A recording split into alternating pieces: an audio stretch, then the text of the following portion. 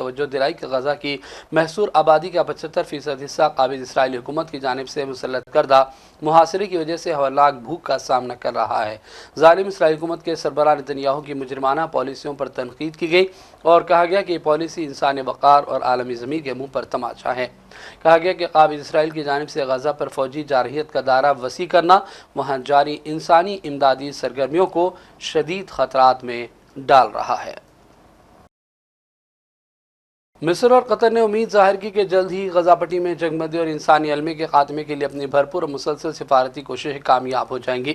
دونوں ممالک نے ایک مشترکہ بیان میں کہا کہ حالیہ 3 ہفتوں پر محیط مذاکراتی دور میں کچھ پیش رفت تھی، لیکن میڈیا کے چند حلقے افواہیں پھیلا رہے ہیں۔ امید کی جا رہی ہے کہ اسرائیل کو ظلم سے روکنے میں معاہدہ مدد کرے گا۔ پیش ہے اس حوالے سے سیاست ٹی وی کی یہ رپورٹ۔ مصر اور قطر نے اس بات کی تصدیق کی ہے کہ غزہ پٹی میں جنگ بندی اور انسانی عالمے کے خاتمے کے لیے اپنی بھرپور اور مسلسل سفارتی کوششیں جاری رکھے ہوئے ہیں تاکہ ایسا معاہدہ طے پا سکے جو جنگ کو روکے، معصوم شہریوں کو تحفظ دے اور قیدیوں کے تبادلے کو ممکن بنائے۔ دونوں ممالک نے ایک مشترکہ بیان میں کہا کہ حالیہ 3 ہفتوں پر محیط مذاکراتی دور میں کچھ پیش رفت ضرور ہوئی اور اس طویل اور پیچیدہ مذاکراتی عمل میں وقفہ لے کر مشاورت کرنا ایک فطری بات ہے، جس کے بعد دوبارہ بات چیت کا آغاز کیا جائے گا۔ بیان میں دونوں ممالک نے میڈیا کو تلقین کی کہ وہ غیر مصدقہ افواہوں کے پیچھے نہ چلیں جو بعض ذرائع ابلاغ میں زیر گردش ہیں اور جن کا مقصد ان کوششوں کی ساکھ کو نقصان پہنچانا اور مذاکراتی عمل پر منفی اثرات ڈالنا ہے۔ مصر اور قطر نے عالمی میڈیا سے مطالبہ کیا کہ وہ صحافتی اخلاقیات کے دائرے میں رہتے ہوئے اپنی ذمہ داریوں کو نبھائیں اور غزہ میں جاری اس غیر معمولی انسانی بحران کو اجاگر کریں، نہ کہ جنگ بندی کی کوششوں کو سبوتاژ کرنے میں کسی طور شامل ہو جائیں۔ بیان میں اس بات کی تصدیق کی کہ مصر اور قطر امریکہ کے ساتھ شراکت داری میں کام کرتے ہوئے غزہ میں مکمل جنگ بندی کے ایک جامع معاہدے کی جانب پیش رفت کے لیے پرعزم ہے۔ اس دوران آج صبح امریکہ کے سابق صدر ڈونلڈ ٹرمپ نے اعلان کیا کہ ان کی انتظامیہ غزہ کے مذاکراتی عمل سے علیحدہ ہو گئی اور اسے ایک افسوسناک پیش رفت قرار دیا۔ ٹرمپ نے الزامات لگاتے ہوئے کہا کہ حماس معاہدہ نہیں چاہتی کیونکہ وہ جانتی ہے کہ قیدیوں کی بازیابی کے بعد کیا ہونے والا ہے۔ اس بیان پر فلسطینی حلقوں میں غم و غصے کی لہر ہے کیونکہ موقف نہ صرف قابض اسرائیل کے بیانیے کی تائید کر رہا ہے بلکہ غزہ کے مظلوم عوام کی بے بسی پر سنگدلی کا مظاہرہ ہے۔ امریکہ کی اس روایتی جانبداری نے ایک بار پھر یہ واضح کر دیا کہ انسانی حقوق، انصاف اور بین الاقوامی قوانین کی دہائی دینے والے طاقت اور ممالک فلسطین کے خون میں رنگے قابض اسرائیل کے جرم پر خاموش تماشائی بنے بیٹھے ہیں۔ بیورو رپورٹ، سیاست ٹی وی۔ اقوام متحدہ کے سیکریٹری جنرل اینٹونیو گوٹریس نے بتایا کہ غزہ میں اقوام متحدہ کا عملہ ناقابل تصور حالات میں امدادی کام کر رہا ہے، جن میں بہت سے لوگوں کا کہنا ہے کہ وہ خود کو زندگی اور موت کے درمیان کی کیفیت میں محسوس کر رہے ہیں۔ مئی کے بعد سے 1000 سے زیادہ فلسطینی خوراک کے حصول کی کوشش میں شہید ہو گئے، جبکہ علاقے کی پوری آبادی فاقے کا شکار ہے۔ یہ انسانی بحران نہیں بلکہ اخلاقی بحران ہے جو عالمی ضمیر کو جھنجھوڑ رہا ہے۔ انہوں نے کہا کہ اقوام متحدہ بڑے پیمانے پر انسانی امداد کی فراہمی کے لیے تیار ہے، لیکن اس کے لیے غزہ میں فوری اور مستقل جنگ بندی، تمام یرغمالیوں کی رہائی، بڑے پیمانے پر امداد ضروری ہے۔ اس کے ساتھ ہی مسئلے کے 2 ریاستی حل کی جانب بھی فوری، ٹھوس اور ناقابل واپسی قدم اٹھانا چاہیے۔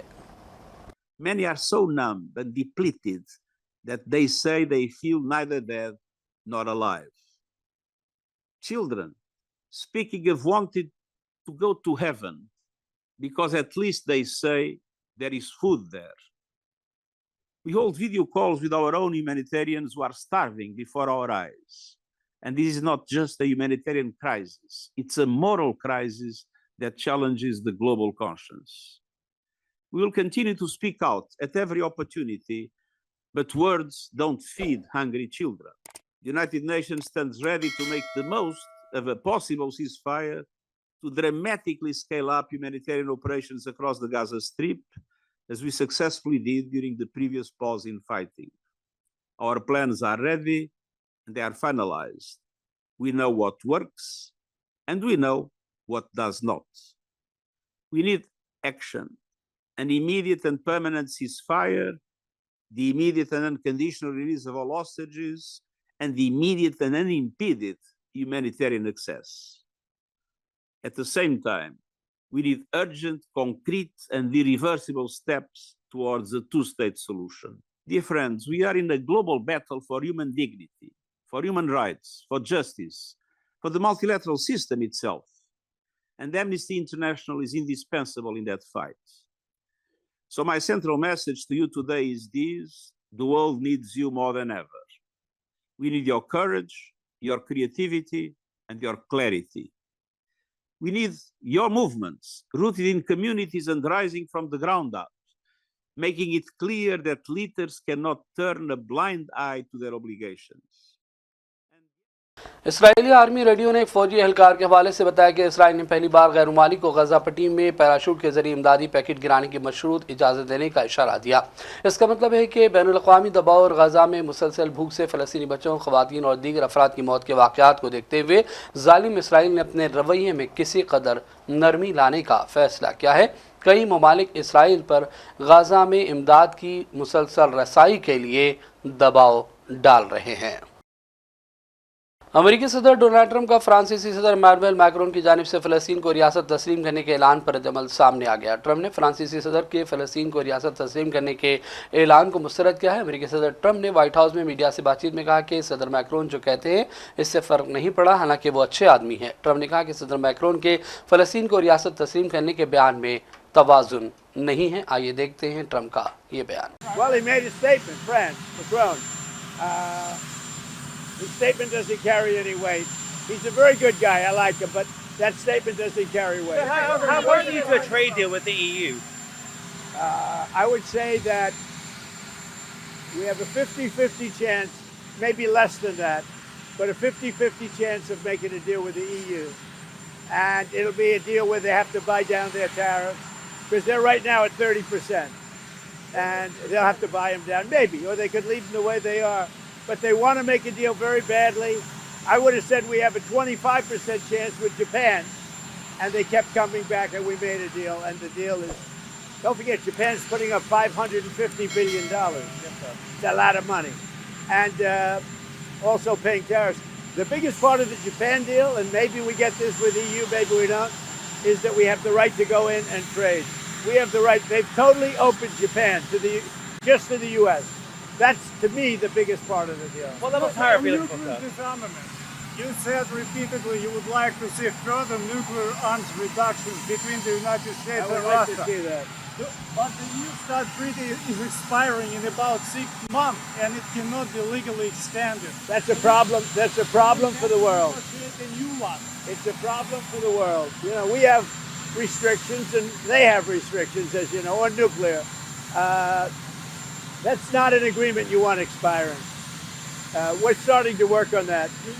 But that is a big problem for the world. When you take off nuclear restrictions, that's a big problem for the world. What level of tariff are you looking for? Mr. President.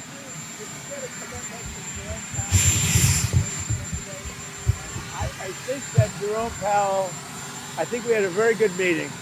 Forgetting about the building, that's out of control and all that.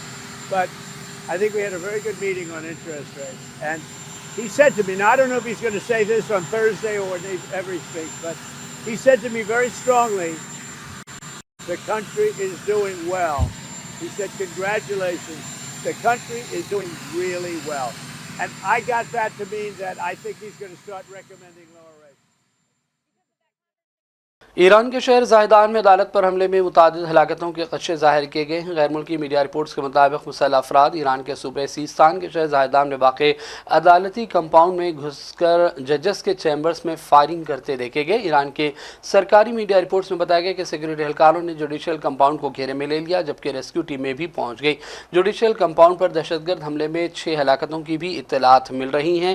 ایرانی media reports کے مطابق جیش العدل نامی مسلح group نے زاہدان میں judicial complex پر ہوئے حملے کی ذمہ داری بھی قبول کر لی ہے۔ اور اب آخر میں ہیڈ لائنز پر ڈالیں گے ایک اور نظر۔ 24 گھنٹوں کے دوران غذائی قلت سے غزہ میں مزید 10 نئی اموات۔ ظالم اسرائیلی فوج نے 80 فلسطینیوں کو 24 گھنٹوں کے دوران شہید کر دیا۔ غزہ میں جنگ اب بند ہونا چاہیے، فوری امداد پہنچائی جائے۔ برطانیہ، فرانس اور جرمنی نے جاری کیا مشترکہ بیان۔ غزہ کی موجودہ انسانی صورتحال نہایت افسوسناک اور لرزہ خیز، کسی طور بھی قابل قبول نہیں۔ امریکہ کے بااثر ایوان کانگریس کے متعدد اراکین نے جاری کیا مشترکہ بیان۔ غزہ پٹی میں جنگ بندی اور انسانی المیہ کے خاتمے کے لیے مسلسل سفارتی کوششیں کامیاب ہو جائیں گی، مصر اور قطر نے ظاہر کی امیدیں۔ اور مئی کے مہینے کے بعد سے 1000 سے زیادہ فلسطینی خوراک کے حصول کی کوشش میں شہید ہو گئے۔ غزہ کی پوری آبادی فاقے کا شکار۔ اقوام متحدہ کے سیکریٹری جنرل اینٹونیو گوٹرس نے ظاہر کی فکر مندی۔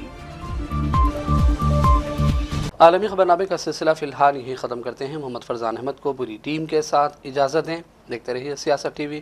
اللہ حافظ۔